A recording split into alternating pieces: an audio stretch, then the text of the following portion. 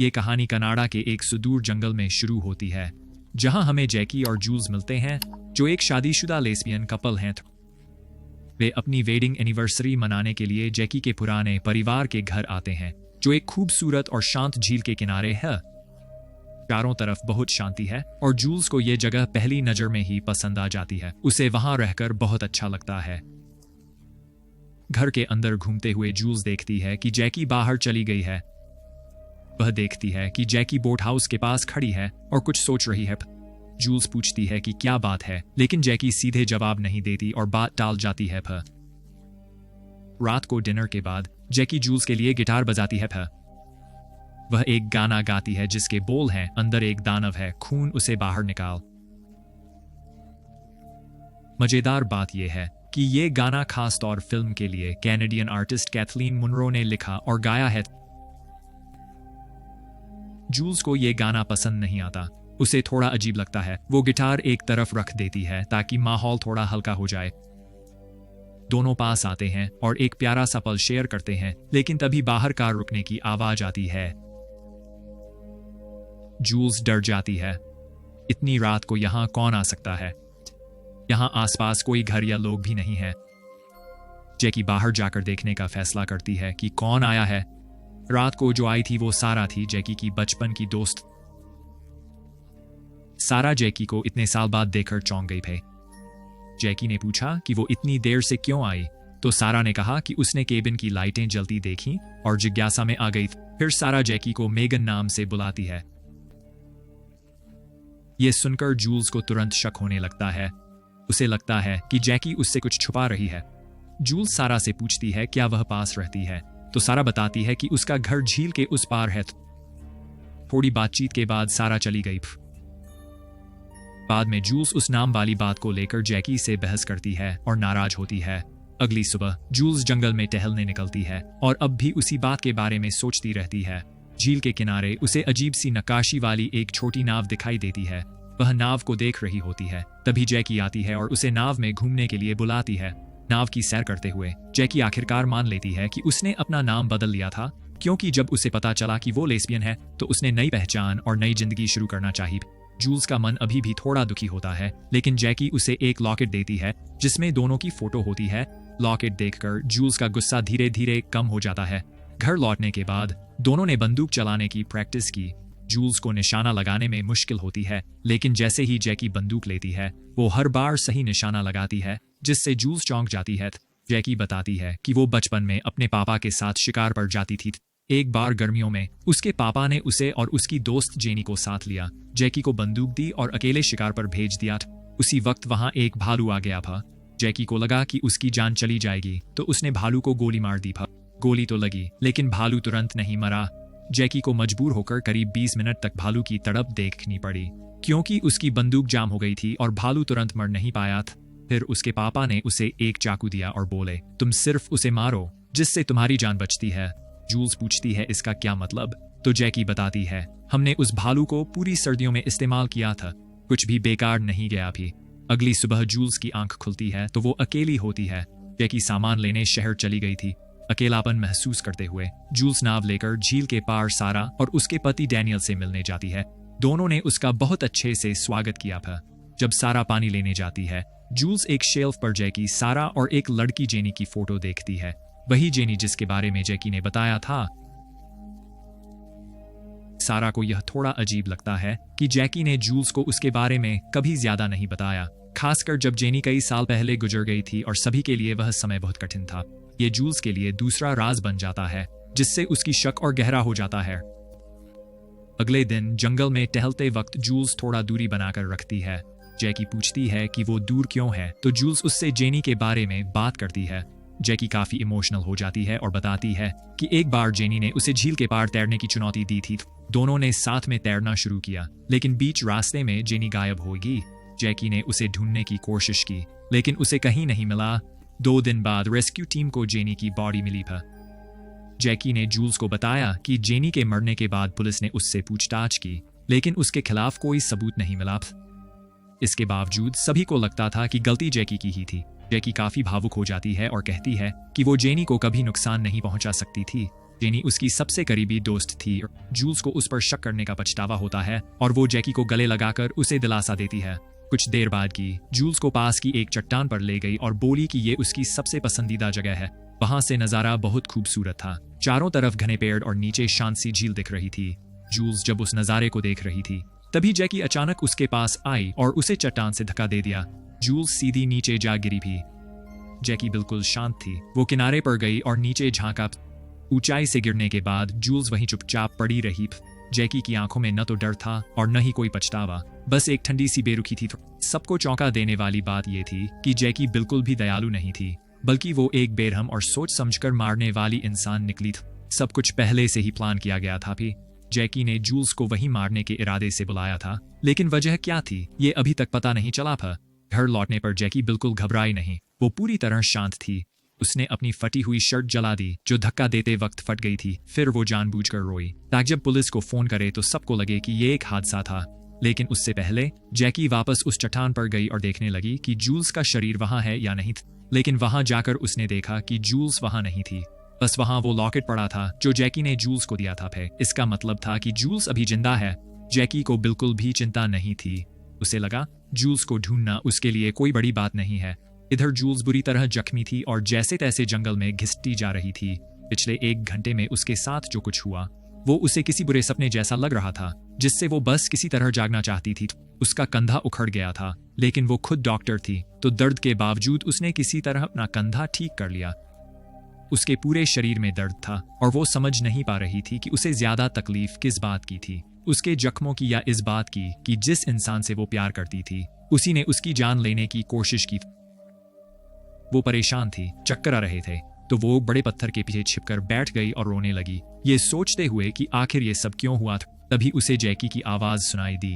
वो उसका नाम पुकार रही थी और ऐसे दिखा रही थी जैसे उसे बहुत अफसोस है। मुझसे गलती हो गई, मुझे समझ नहीं आ रहा मैंने ऐसा क्यों किया। शुरुआत में जूल्स को लगा कि शायद जैकी सच बोल रही है, तो उसने बाहर झांक कर देखा था, लेकिन जो देखा वो हैरान करने वाला था। जैकी के आंसू बिल्कुल नकली था। वो अब भी जूल्स का शिकार कर रही थी। न उसमें कोई पछतावा था न प्यार। जैकी की नजर में जूल्स बस उसका शिकार थी और कुछ नहीं। ये बात समझते ही जूल्स की आखिरी उम्मीद भी टूट गई। वो चुपचाप रोती रही, लेकिन मन में ठान लिया कि अब उसे किसी भी हाल में बचना है। उस रात जैकी लगातार जंगल में घूमती रही। उसे हर हाल में जूल्स को ढूंढकर उसका काम तमाम करना था। जूल्स बहुत थक गई थी, दर्द में थी, वो बस सोने ही वाली थी कि उसे जैकी की ठंडी और डरावनी आवाज पास से सुनाई दी थी। जैकी बोली, मैं इस जंगल को अच्छे से जानती हूँ, मैं तुम्हें ढूंढ ही लूंगी भी, ये बस वक्त की बात है। बारिश शुरू हो गई थी। जूल्स ने अपना मुंह दबा लिया ताकि उसकी आवाज बाहर न जाए। आखिरकार जैकी वहां से चली गई, लेकिन जूल्स को पूरी रात अकेले जंगल में बितानी पड़ी। अगली सुबह जैकी ने अपनी इंसुलिन ली क्योंकि उसे डायबिटीज थी। फिर जैसे कोई शिकारी तैयार होता है वैसे ही तैयार होकर फिर से जंगल में निकल पड़ी। इधर जूल्स बहुत कमजोर हो चुकी थी। उसे थोड़ा सा पानी मिला जिसे उसने पी लिया। उसकी सारी ताकत जा चुकी थी, लेकिन वो बस किसी तरह बचना चाहती थी, इसलिए चलती रही। जैकी अभी भी जंगल में ढूंढ रही थी। उधर जूल्स किसी तरह चलते चलते उनके केबिन तक पहुंच गई, जबकि उसे रास्ता भी ठीक से याद नहीं था। घर के अंदर पहुंचकर उसने बड़ी उम्मीद से फोन ढूंढा, लेकिन वहां कोई फोन नहीं मिला। ना कोई सिग्नल, ना इंटरनेट, कुछ भी नहीं था। उसे कुछ दवाइयां और एक सिलाई किट मिली। उसने उन्हीं से अपने जख्मों की मरहम पट्टी और टांके लगाए था। थोड़ी देर बाद जैकी घर लौटी और तुरंत समझ गई कि जूल्स वहां आ चुकी थी। तब तक जूल्स पहले ही नाव लेकर झील पार सारा के घर की तरफ जा रही थी।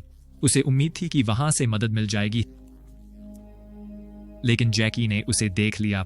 जैकी ने भी फौरन दूसरी नाव ली और उसके पीछे लग गई। झील के बीचों बीच आखिरकार जैकी ने जूल्स को पकड़ ही लिया था। जूल्स ने पूरी ताकत से भागने की कोशिश की, हाथ पैर मारकर नाव चलाती रही, लेकिन वो इतनी कमजोर और बुरी तरह जख्मी थी कि ज्यादा विरोध नहीं कर सकी। इसी बीच डैनियल ने उन्हें झील पर देख लिया और जोर से पूछा, सब ठीक है ना? वो काफी दूर था, इसलिए जूल्स की चोटें उसे नजर नहीं आईं। जैकी ने बड़े आराम से जवाब दिया कि जूल्स की तबीयत ठीक नहीं है, इसलिए वे वापस घर जा रहे हैं। जैकी ने चुपचाप जूल्स को धमकी दी कि अगर उसने कुछ बोला तो पछताएगी, लेकिन जूल्स ने हिम्मत दिखाई और जोर से सारा और डैनियल को डिनर पर बुला लिया था। जैकी अंदर ही अंदर बहुत गुस्से में थी, लेकिन उस वक्त कुछ नहीं कर सकी। अब साफ था कि जैकी क्या चाहती थी। उसका एक ही मकसद था, जूल्स को खत्म करना। घर आकर जैकी ने जूल्स को नहला दिया ताकि उसके शरीर पर कोई दाग या निशान न रहे और सारा या डैनियल को जरा भी शक न हो। जूल्स ने जैकी से कहा, जब मेहमान आएंगे मैं मदद के लिए जोर से चिल्लाऊंगी थे। जैकी ने गुस्से में उसे घूरते हुए धमकी दी, अगर तुमने ऐसा किया तो मैं सबको मार दूंगी था। अपनी बात साबित करने के लिए जैकी ने जूल्स को बाथटब में पानी के नीचे दबा दिया, जिससे जूल्स बहुत डर गई। कुछ देर बाद जब दोनों मेहमानों का इंतजार कर रहे थे, जूल्स पूरी तरह टूट गई और जैकी से हाथ जोड़कर रुकने की गुहार लगाने लगी था। जूल्स ने जैकी से कहा कि वो बीमार है, उसे मदद चाहिए और अगर जैकी ये सब बंद गए तो वो उसके साथ ही रहेगी। लेकिन जैकी ने उसकी बात पूरी तरह अनसुनी कर दी। इसके बजाय जैकी एकदम शांत आवाज में अपनी पहली पत्नी एरिका की बातें करने लगी और यहीं से असली डर जूल्स के मन में बैठ गया था। जूल्स को समझ आ गया कि जैकी पहले भी ये सब कर चुकी है।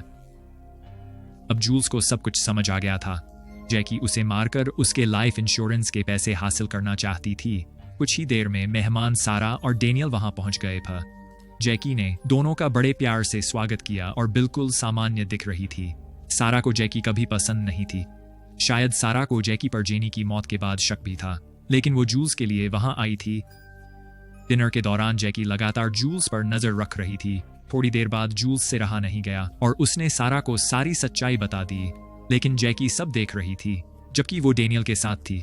सारा ने तुरंत डेनियल से भागने को कहा, लेकिन इससे पहले कि वे कुछ कर पाते, जैकी ने डेनियल पर हमला किया और उसकी गर्दन पकड़ ली, फिर सारा का पीछा करके उसे भी मार दिया था। हिंसा एकदम अचानक हुई। जूल्स इतनी डर गई कि वो वहीं जड़ हो गई। जैकी को ना डर था, ना कोई पश्च। वो पूरी तरह शांत थी, उसकी धड़कन भी बिल्कुल सामान्य थी। जैकी ने मरे हुए लोगों को अच्छे से रखा और जूल्स को कहा कि ये सब उसने किया है, जैकी ने नहीं था। जैकी ने पूरे घर को बड़ी सफाई से साफ किया, सारे सबूत मिटा दिए, जैसे उसे पहले से तजुर्बा हो।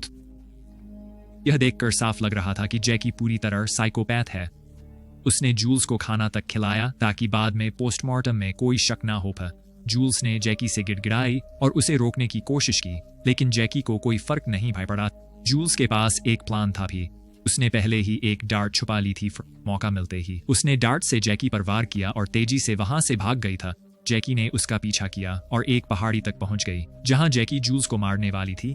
लेकिन तभी जैकी अचानक बेहोश हो गई। जूल्स धीरे धीरे उसके पास गई और जैकी का चेहरा देखकर यकीन ही नहीं कर पाई कि ये वही इंसान है जिससे उसने कभी प्यार किया था। जूल्स ने उसे मारने का फैसला नहीं किया है। इसके बजाय जूल्स भागकर कार तक पहुंची और वहां से निकल गई। लेकिन फिर उसे कुछ महसूस हुआ और वो वापस लौट। जूल्स घर लौटी, उसके हाथ में चाकू था और उसने जैकी को ढूंढना शुरू किया।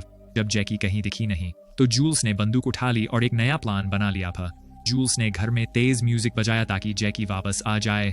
जैसे ही जैकी अंदर आई, जूल्स ने तुरंत उसके सिर पर बंदूक तान दी। जैकी बिल्कुल शांत थी और बोली, अगर तुम ट्रिगर दबाओगी तो खुद को ही नुकसान पहुंचाओगी थी। ये बंदूक बहुत पुरानी है भी, इसकी गोली फंस सकती है और पलटकर तुम्हें ही लग सकती है। जैकी ने उसे उलझाने की कोशिश की, लेकिन जूल्स ने फिर भी गोली चला दी था। जैकी ने खुद को बचाने के लिए दौड़ लगाई और ऊपर चली गई। फिर दर्शक देखते हैं कि जैकी नीचे आती है, जिससे ऐसा लगता है जैसे उसने जूल्स को बेहोश कर दिया और उसी चट्टान से फेंक दिया था। इसके बाद जैकी ने घर में ऐसा माहौल बनाया कि सबको लगे ये एक हादसा था। जैकी ने पुलिस को बिल्कुल ठंडे दिमाग से झूठी कहानी सुनाई, इंसुलिन ली और भागने की तैयारी करने लगी था। लेकिन लैपटॉप पर उसे जूल्स का रिकॉर्ड किया हुआ वीडियो संदेश मिला। उस वीडियो में जूल्स ने कहा, अगर आप ये देख रहे हैं तो मैं अब इस दुनिया में नहीं हूं, लेकिन आप भी बच नहीं पाएंगी। जूल्स ने बताया कि उसने जैकी की इंसुलिन में हाइड्रोजन पेरोक्साइड मिला दी थी, जिससे खून में थक्के बन जाते हैं। जब ये थक्का आपके दिमाग तक पहुंचेगा तो आपको स्ट्रोक आ जाएगा और कोई भी आपको नहीं बचा पाएगा। भे काश मैं अभी आपका चेहरा देख पाती। कुछ ही देर में जैकी सांस के लिए तरसने लगी था। उसे समझ आ गया कि वो मरने वाली है और डर के मारे घबराने लगी। वो लड़खड़ाते हुए जंगल में निकल गई। उसे हल्की हल्की बेहोशी और पुराने भालू की झलकें दिखने लगीं, जिसे उसने बचपन में मार दिया था। वो डर के मारे भागने लगी और उसकी आंखों के सामने सारी पुरानी यादें घूम गईं। फिर उसे स्ट्रोक आ गया था। जैकी जमीन पर गिर गई, उसे झटके लगने लगे और सांस रुकने लगी। वो वैसे ही मरने लगी जैसे वो भालू मरा था। आखिरी सीन में दिखता है कि जूल्स बिल्कुल शांत पड़ी है, जैसे वो मर चुकी हो। लेकिन तभी ऐसा लगता है जैसे जूल्स ने सांस ली और फिल्म यहीं खत्म हो जाती है।